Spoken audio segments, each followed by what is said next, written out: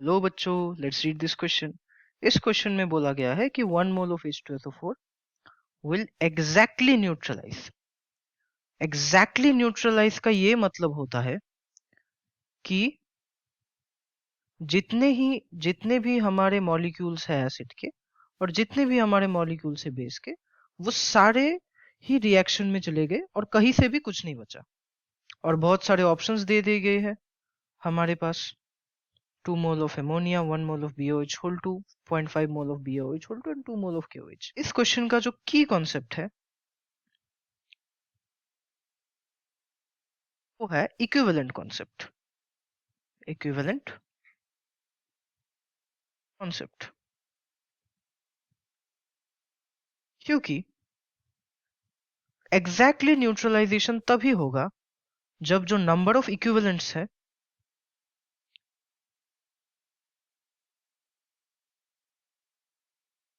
या फिर हम नंबर ऑफ ग्राम इक्विवेलेंट्स बोल सकते हैं, जिस तरीके से हम नंबर ऑफ ग्राम मोल्स बोलते हैं, वो इक्वल होंगे। क्यों यहाँ पे हम नंबर ऑफ ग्राम मोल्स को इक्वल नहीं कर रहे हैं और क्यों हम नंबर ऑफ ग्राम इक्विवेलेंट्स को इक्वल कर रहे हैं? क्योंकि एसिड और बेस हमेशा 1 मोल और 1 मोल रिएक्ट नहीं करते। 1 मोल एसिड या फिर कितने मोल बेस एक साथ रिएक्ट करेंगे वो इस बात पे डिपेंड करता है कि एसिड की एसिडिटी क्या है और बेस की बेसिसिटी क्या है, जिसको हम एन फैक्टर भी बोलते हैं। तो आइए समझते हैं क्वेश्चन को। पहली बात तो जो हमें बोली गई है वो है 1 मोल ऑफ H2SO4। अब क्योंकि हमें पता है कि H2SO4 की जो एसिडिटी होती है वो 2 होती है, 2 ही H प्लस एसिडिक हाइड्रोजन होते हैं। इसका मतलब 1 मोल में हमारे पास 2 ग्राम इक्विवेलेंट्स है।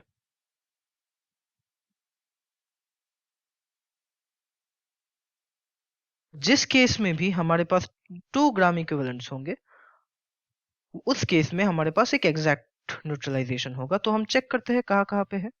पहली बात तो हमें बोला गया है 2 मोल ऑफ NH3।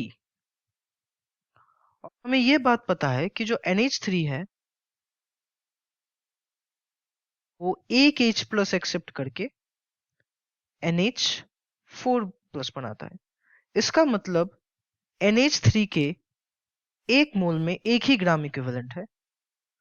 तो यहाँ पे हमारे पास 2 मोल है, इसलिए हमारे पास 2 ग्राम इक्विवेलेंट है।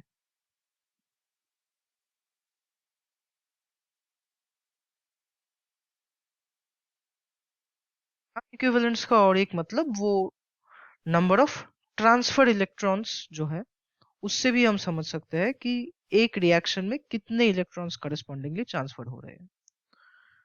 तो यहाँ पे हम देख सकते हैं H2SO4 में 2 इलेक्ट्रॉन्स का ट्रांसफर है, इसलिए 1 मोल में 2 ग्राम इक्विवेलेंस है।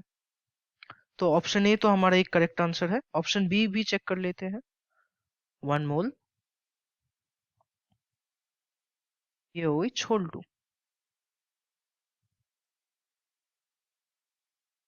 और BOH होल 2 में 2 OH है।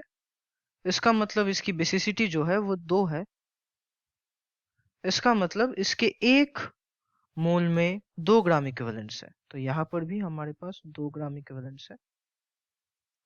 और अगर आपको बेसिसिटी निकालना नहीं आता स्ट्रक्चर से, तो आपने क्लास 9th और 10th में BOH होल 2 का रिएक्शन भी पढ़ा था H2SO4 के साथ, जो कि होता है BaSO4 प्लस 2H2O। यहाँ पे आप देख सकते हैं कि 1 मोल H2SO4 और 1 मोल BOH होल 2। तो यहाँ पर भी 2 ग्राम इक्विवेलेंस है, तो ये भी हमारा करेक्ट ऑप्शन है। ऑप्शन सी करेक्ट ऑप्शन नहीं होगा, क्योंकि 1 mole of BOH whole 2 correct option है, तो 0.5 मोल कैसे होगा। और हम यहाँ पे ऑप्शन डी को चेक कर लेते हैं। इसके लिए हम नेक्स्ट पेज पे जाएंगे, क्योंकि इस पेज में और जगह नहीं बची है। तो जो कि हमारा लास्ट ऑप्शन था वो था 2 मोल KOH। KOH में एक OH है, इसका मतलब इसकी बेसिसिटी 1 है और 1 मोल में 1 ही ग्राम इक्विवेलेंट है, तो 2 मोल में 2 ग्राम इक्विवेलेंट्स 2 मोल में 2 ग्राम इक्विवेलेंट्स होंगे। तो हम ऑप्शन डी को भी करेक्ट आंसर बोल सकते हैं। तो हम चलिए प्रीवियस पेज पे जाते हैं। ऑप्शन डी भी हमारा करेक्ट आंसर है, तो हमारा करेक्ट आंसर है ए, B and D. Hope you understood it well. Best of luck.